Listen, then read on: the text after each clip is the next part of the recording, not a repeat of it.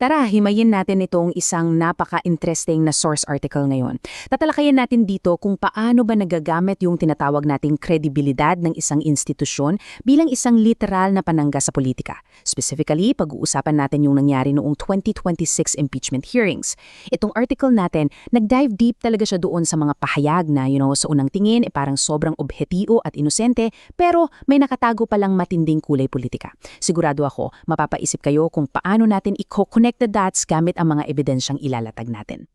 So, para mas maintindihan natin yung main point ng author, we're gonna break this down chronologically. Mula sa akademikong depensa ng Dean, susundan natin ang history ng A.A. Caso, tapos yung mga naging alyansang politikal noong 2018. Titingnan din natin yung timing at yung diversyon hanggang sa umabot tayo sa pagbabanggaan ng akademya at politika. Okay, simulan natin sa unang section, ang akademikong depensa ng Dean. Balik tayo sa April 20, 2026. Eksakto to sa kalagitnaan ng napakainit na House Committee on Justice impeachment hearing. Nagsimula ang lahat nang magsalita si Attorney Teodoro Pastrana. Siya yung Dean ng San Sebastian College of Law. Lumabas siya para sagutin yung claims ng testigong si Ramil Madriaga. Ang sabi kasi ni Madriaga, nakinabang daw si Vice President Sara Duterte sa grade manipulation o pandaraya sa grades na ginawa daw ni Associate Dean Ryan Ray Kilala. Kaya sabi ni Pastrana, hindi ka panipaniwala na ginamit ng Associate Dean ang kanyang impluensya para maipasa si Sara Duterte. Lahat ng law students ay ordinaryong estudyante. Sounds super academic and fair, di ba? Parang formal na dinedepensahan lang niya yung integrity ng school niya. Pero teka lang, dito na papasok yung malaking catch and a spot ng source natin. On one hand, yes, he's presenting himself as this academic guardian, pero on the exact same time, he is also the #1 nominee ng AA Kasosyo Party list para sa paparating na 2025 elections. So mapapaisip ka talaga, paano nga ba magiging 100% neutral and objective ang isang statement kung yung mismong nagsasalita may malinaw at active na political career? Which brings us to our second section, AA Kasosyo at yung mga nakaraang controversy nila. Para mas magets natin kung bakit big deal yung pagiging nominee niya doon, silipin natin yung history niyang partido. Kung titingnan mo yung records, grabe ang daming nakadikit na red flag sa pangalan ng partido na to. Back in 2010, nanalo sa eleksyon si Sulaiman Pangandaman. Pero fast forward sa 2011, bigla na lang siyang pinalitan ng kapatid niyang si Nasser Pangandaman. Take note, nangyari tong palitan na to habang inaakusahan si Nasser na naging bagman daw ng 200 million pesos na kickback mula sa farm-to-market roads. Tapos, pagsapit ng 2013, official pang idinawit ng NBI si Nasser doon sa sikat na Napoles pork barrel scam. At lumalala pa siya. Ayon sa findings ng Commission on Audit na na-cite sa article, kumuha daw si Nasser Pangandaman ng 15 million pesos mula sa kanyang PDAF at nilipat ito sa isang Pekin NGO na konektado kay Janet Lim Napoles. At ang pinaka-wild na part, nangyari to niya walang kahit anong public bidding. As in, zero. Wait, hindi pa tayo tapos. Kinasuhan din ng ombudsman si Pangandaman dahil sa paglipat umano ng nakakalulang 900 million pesos mula naman sa Malampaya Fund papunta sa mga Naples nonprofits noong 2009. So, ito yung pinakapunto dito. Itong partidong ito na may ganitong klaseng background ay yung mismong partido kung saan banner candidate na yon si Attorney Pastrana. Mapupunta tayo ngayon sa ikatlong bahagi ng ating pagsusuri, mga alyansang politikal noong 2018. Tatalon tayo ng taon para makita kung kailan at paano ba talaga pumasok si Pastrana sa ganitong political ecosystem.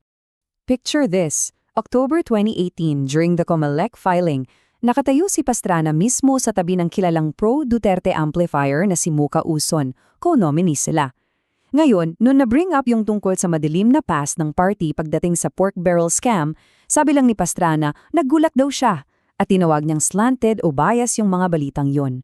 Sabi sa article, hindi ito reaksyon ng isang taong nag-research ng maayos bago sumali sa isang partido, di ba?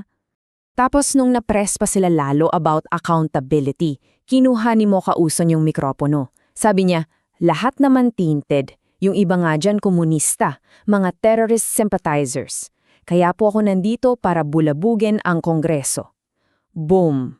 Dito makikita mo yung framework kung saan yung accountability ay ginagamit na lang bilang pamalo sa kalaban at hindi na isang tunay na prinsipyo.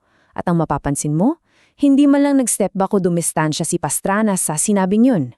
Para klaro, hindi lang ito parang nag-hello lang siya tapos umalis na. Matapos silang matalo noong 2019 elections, nagstay pa rin si Pastrana sa akasosyo. In fact, na-elevate pa siya bilang #1 nominee nila para sa 2025.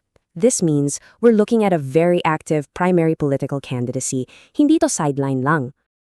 Okay, moving on sa Section 4. Timing at ang diversion. Dito nagiging sobrang interesting kasi ipapakita ng author kung paano saktong-sakto yung timing ng mga kaganapan noong April 2026. Tingnan niyo tong record na to.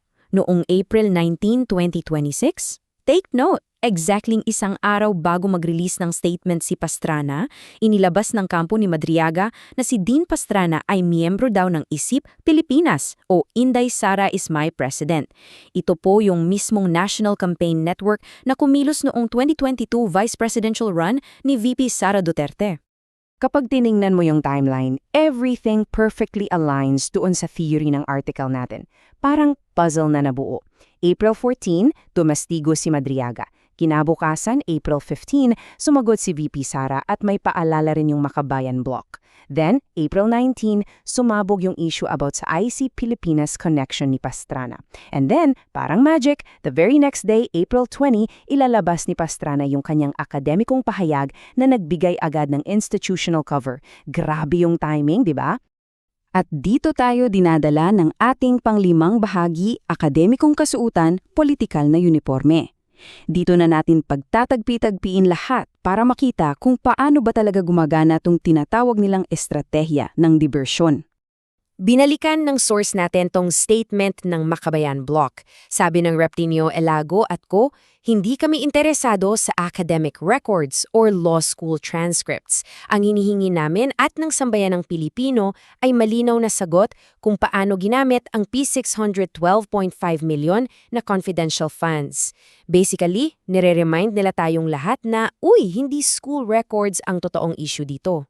The author argues exactly that. Yung buong usapan tungkol sa grade manipulation, pati na yung 80% na bar exam score, isa yung malaking diversion tactic. Ang goal is to redirect our attention away from the real bombshell, yung 612.5 million pesos na confidential funds na yung 125 million doon na-liquidate lang in one single day. Madali kasing pag-awayan ng school grades pero sobrang hirap ipaliwanag kung paano nawala ang daan-daang milyong pondo ng bayan ng ganun kabilis. Kaya sa conclusion ng text, tinawag nilang hunyango o chameleon si Pastrana. It's a perfect metaphor. Imagine a political candidate na may deep partisan ties, tapos sobrang galing niyang nagawang itago yung damage control efforts niya by disguising it as an objective, neutral academic opinion. Nagblend din siya ng bonggang-bongga gamit yung kredibilidad ng eskwelahan. So, as we wrap up this explainer, the source leaves us with this really heavy question. Kapag ang mga political na ahenda ay nagbihis ng akademikong kasuutan, paano ba natin mahihiwalay ang tunay na pagtatanggol sa isang institusyon mula sa kalkuladong political damage control? Nakakapanindig balahibo, di ba? The next time you hear an official statement, maybe ask yourself first, sino ba talagang nagsasalita? Hanggang dito na lang muna, maraming salamat sa pagsama niyo sa akin sa paghimay ng topic na to.